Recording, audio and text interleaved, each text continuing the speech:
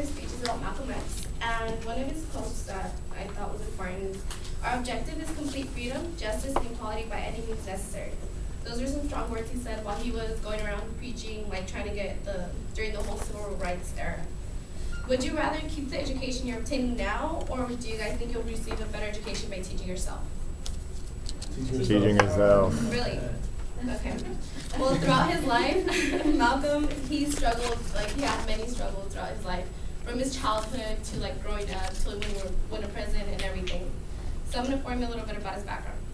Malcolm X, his actual name is Malcolm Little. He was born May 19, 1925 in Nebraska. His father was a Baptist minister and he was a black activist. So he basically tried to influence the civil rights movement.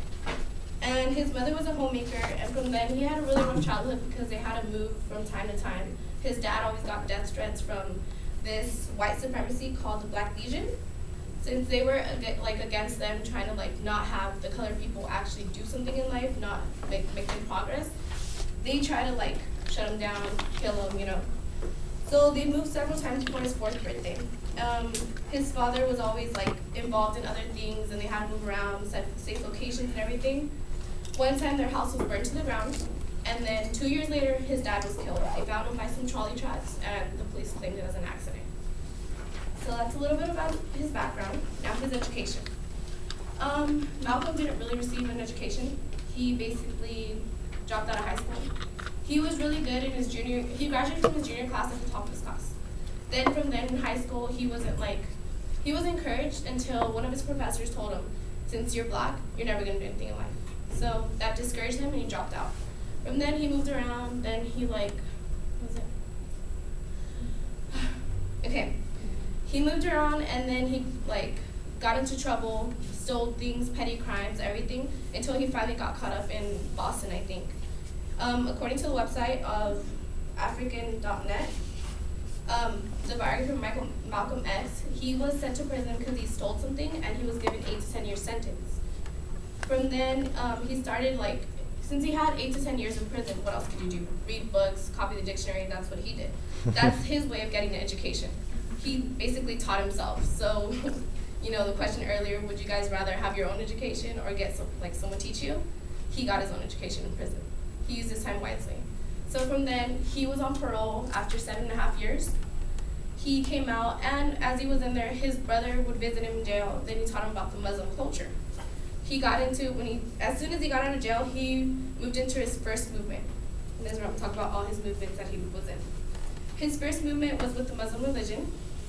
He got involved with the Nation of Islam.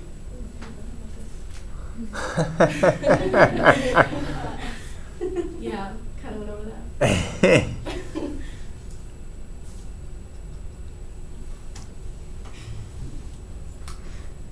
Okay.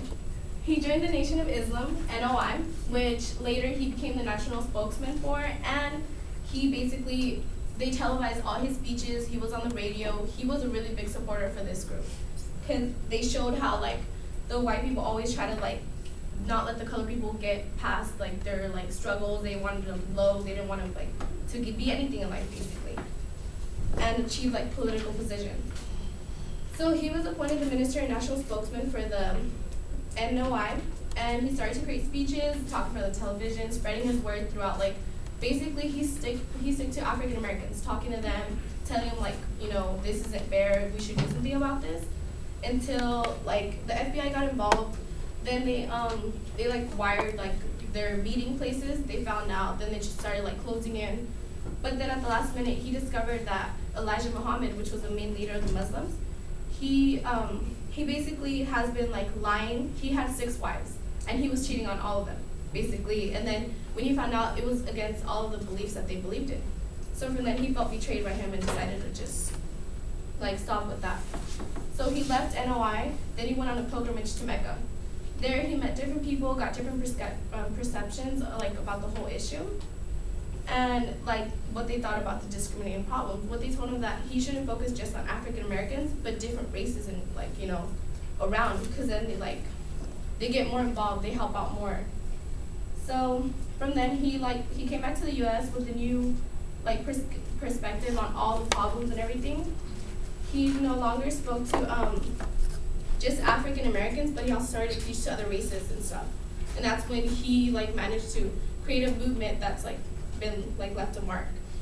So now to conclude this, as informed you throughout Malcolm's life, he managed to overcome many struggles that he faced, from his background to how he got his education to how he managed to accomplish some important movements in civil rights era. After everything Malcolm went through, he ended up being assassinated at short gun range at the age of 39 while he was on stage. He left a mark that will be around for centuries.